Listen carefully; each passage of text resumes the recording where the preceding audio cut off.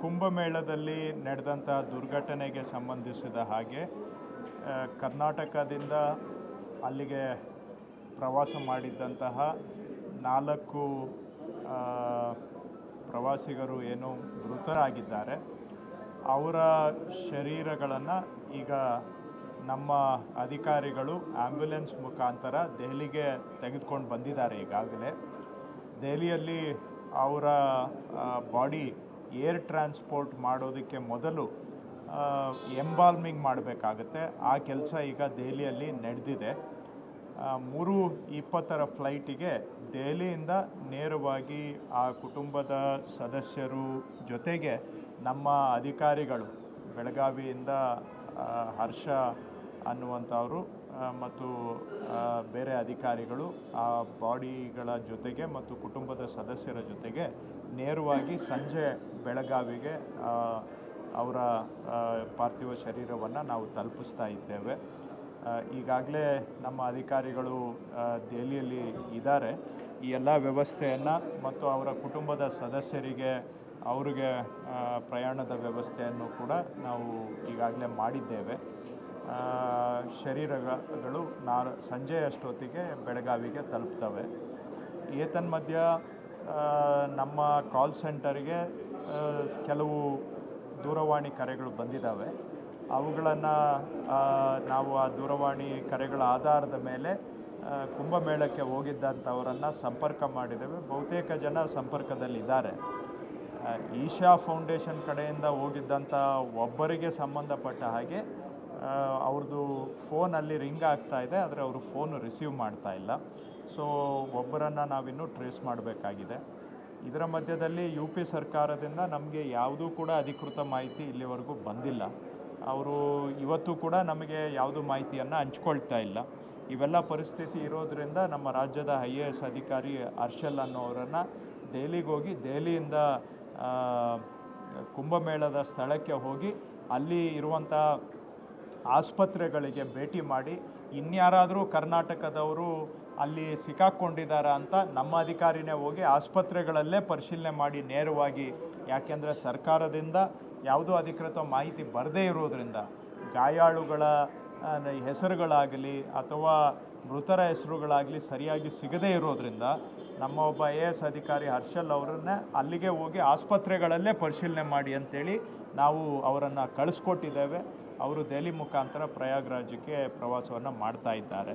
So ಈ 4 ಮೃತರ ಶರೀರ ಇವತ್ತು ಸಂಜೆ ಬೆಳಗಾವಿಗೆ ತರೋದಕ್ಕೆ ಎಲ್ಲ ವ್ಯವಸ್ಥೆಯನ್ನು ಮಾಡಿದ್ದೇವೆ. ಅವರ ಕುಟುಂಬದವರಿಗೆ ಸರ್ಕಾರದ ವತಿಯಿಂದ ನಾನು ಈ ದುರ್ಘಟನೆಯಲ್ಲಿ ಆದಂತಹ ಪ್ರಾಣಹಾನಿಗೆ ಶೋಕವನ್ನು ವ್ಯಕ್ತಪಡಿಸ್ತೇನೆ. ಅವರ ನಷ್ಟವನ್ನು ಭರಿಸ್ತಕ್ಕಂಥ ಶಕ್ತಿ ಆ ಕುಟುಂಬದವರಿಗೆ ಬರಲಿ ಅಂತಲೂ ಕೂಡ ನಾನು ಆಶಿಸ್ತೇನೆ. ಒಟ್ಟಾರೆ ಇದೊಂದು ಪರಿಹಾರ ಕೊಡ್ತೇವೆ, ಅದೇನು ದೊಡ್ಡ ವಿಷಯ ಅಲ್ಲ, ಅವರು ಯಾವುದು ಭಾಳ ಮುಖ್ಯ ವಿಷಯ ಅಲ್ಲ. ಪರಿಹಾರ ನಾವು ಕೊಡ್ತೇವೆ. ಅವ್ರಿಗೆ ಬೇಕಾದಂಥ ಎಲ್ಲ ಖರ್ಚನ್ನು ಕೂಡ ನಾವು ಈಗಾಗಲೇ ಭರಿಸಿದ್ದೇವೆ.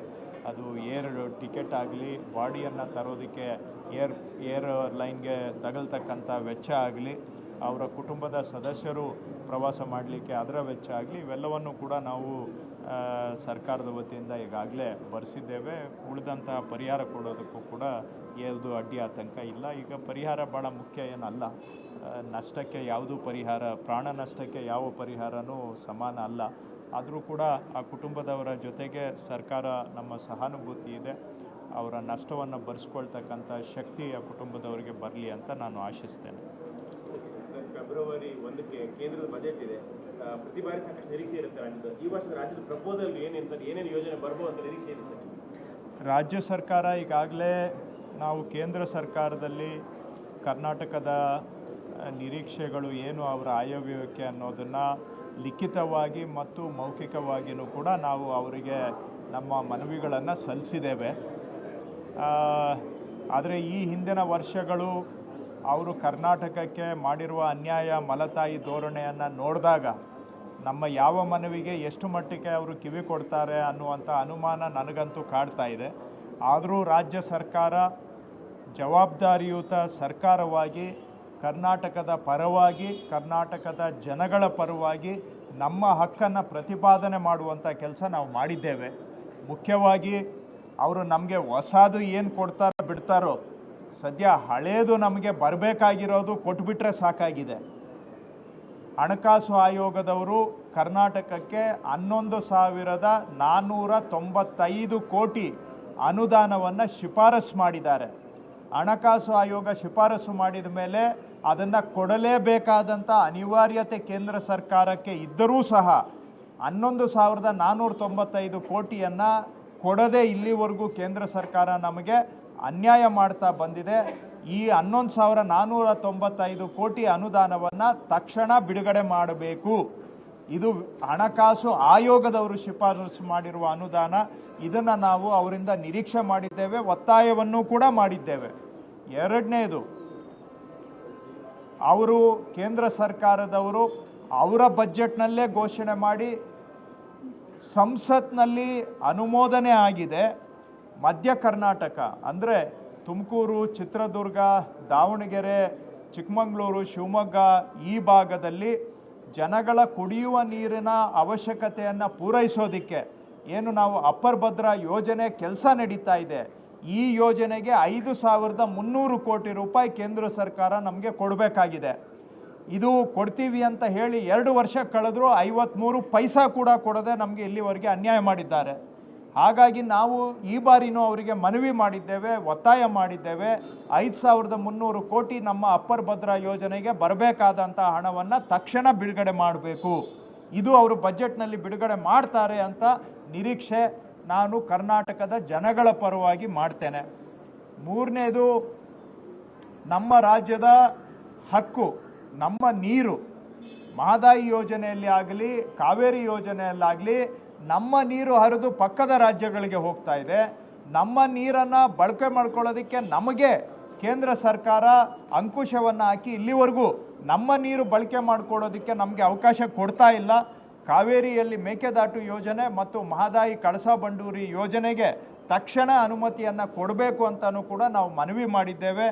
ಇದು ಅವರು ತೀರ್ಮಾನವನ್ನು ತೆಗೆದುಕೊಳ್ತಾರೆ ಬಜೆಟ್ ಮುಖಾಂತರ ಅಂತ ಅಂದ್ಕೊಂಡಿದ್ದೇವೆ. ಕರ್ನಾಟಕದ 2 ವಿಶೇಷ ವಲಯಗಳು, ಒಂದು ಹಿಂದುಳಿದಿರತಕ್ಕಂತಹ ಕಲ್ಯಾಣ ಕರ್ನಾಟಕ ಭಾಗ ಮತ್ತು ಸಾಕಷ್ಟು ನೈಸರ್ಗಿಕ ಸವಾಲುಗಳನ್ನು ಹೊಂದಿರತಕ್ಕಂಥ ಮಲೆನಾಡು ಕರ್ನಾಟಕ, ಈ 2 ಪ್ರದೇಶಗಳಿಗೆ ವಿಶೇಷವಾದಂಥ ಅನುದಾನ ಕೊಡಬೇಕು ಅಂತ ನಾವು ಒತ್ತಾಯ ಮಾಡಿದ್ದೇವೆ. ಕಲ್ಯಾಣ ಕರ್ನಾಟಕ ಅಭಿವೃದ್ಧಿಗೆ ಮತ್ತು ಮಲೆನಾಡು ಅಭಿವೃದ್ಧಿಗೆ ವಿಶೇಷ ಅನುದಾನ ಕೊಡಬೇಕು ಅಂತ ಕೂಡ ನಾನು ರಾಜ್ಯದ ಪರವಾಗಿ ಒತ್ತಾಯವನ್ನು ಮಾಡ್ತಾ ಇದ್ದೇನೆ. ಮುಂದುವರೆದು ಕರ್ನಾಟಕದಲ್ಲಿ ನಾವು ಬಡವರಿಗೆ ಕೊಡ್ತಕ್ಕಂಥ ಪಿಂಚಣಿ ಯೋಜನೆಗಳು 1 ವರ್ಷಕ್ಕೆ 10,495 ಕೋಟಿ ಕೊಡ್ತೇವೆ. ಕೇಂದ್ರ ಸರ್ಕಾರದಿಂದ ಇದಕ್ಕೆ ನಮಗೆ ಬರ್ತಾ ಇರೋದು ಕೇವಲ 471 ಕೋಟಿ, ಅಂದರೆ 5% ಕೂಡ ಭಾಗ ಕೊಡ್ತಾ ಇಲ್ಲ.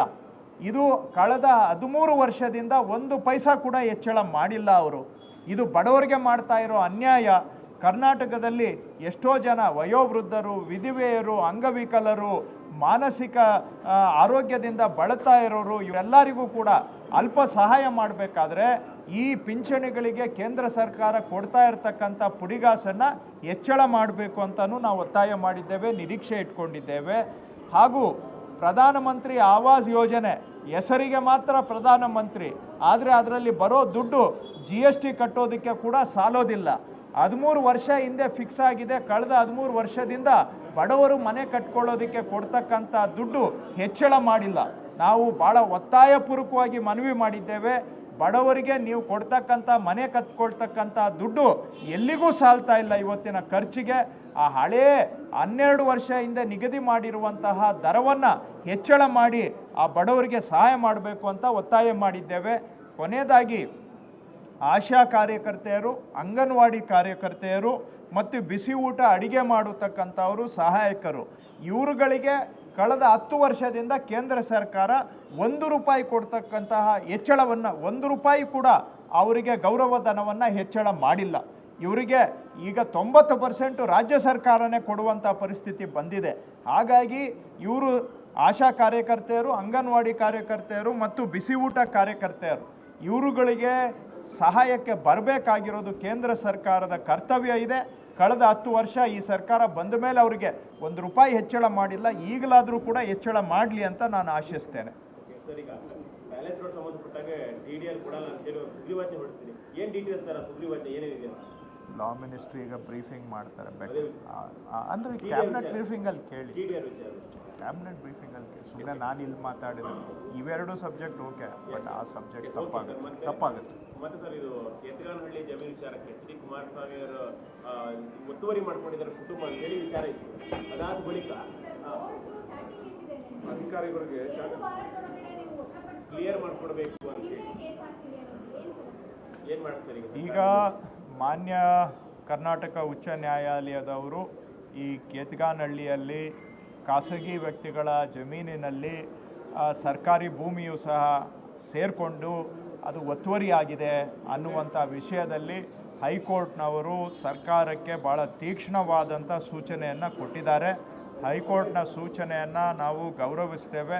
ಹೈಕೋರ್ಟ್ನ ಸೂಚನೆಯಂತೆ ತಕ್ಷಣ ಅದನ್ನು ತನಿಖೆ ಮಾಡಲಿಕ್ಕೆ ಸರ್ಕಾರ ಉನ್ನತ ಅಧಿಕಾರಿಗಳ ತಂಡವನ್ನು ರಚನೆ ಮಾಡಿದೆ. ಉನ್ನತ ಅಧಿಕಾರಿಗಳ ಹಂತದಲ್ಲಿ ತನಿಖೆ ಮಾಡಿ ಆದಷ್ಟು ಮುಂದಿನ ತಾರೀಕು ಅಂದರೆ ಫೆಬ್ರವರಿ 21 ಒಳಗಡೆ ಅವರಿಗೆ ತನಿಖಾ ವರದಿಯನ್ನು ಅಷ್ಟರೊಳಗೆ ತನಿಖೆ ಮುಗಿಸಿ ತನಿಖಾ ವರದಿಯನ್ನು ನಾವು ಕೋರ್ಟಿಗೆ ಸಲ್ಲಿಸ್ತಕ್ಕಂಥ ಪ್ರಯತ್ನ ಮಾಡ್ತೇವೆ. ನಾವು ತನಿಖೆ ಮಾಡಲಿಕ್ಕೆ 3 ತಿಂಗಳ ಸಮಯವನ್ನು ಕೇಳಿದ್ವಿ, ಆದರೆ ಹೈಕೋರ್ಟ್ನವರು ಅದಕ್ಕೆ ಒಪ್ಪಿಲ್ಲ. ಅವರು ಕಡಿಮೆ ಅವಧಿಯನ್ನು ಕೊಟ್ಟಿದ್ದಾರೆ. ಆದಷ್ಟು ಅವರು ಕೊಟ್ಟಿರುವಂತಹ ಕಡಿಮೆ ಅವಧಿಯಲ್ಲೇ ಈ ತನಿಖೆಯನ್ನು ಪೂರೈಸ್ತಕ್ಕಂಥ ಕೆಲಸವನ್ನು ಮಾಡಿ ಅವರ ತನಿಖಾ ವರದಿಯನ್ನು ಕೂಡ ನಾವು ಕೋರ್ಟಿಗೆ ಸಲ್ಲಿಸ್ತೇವೆ.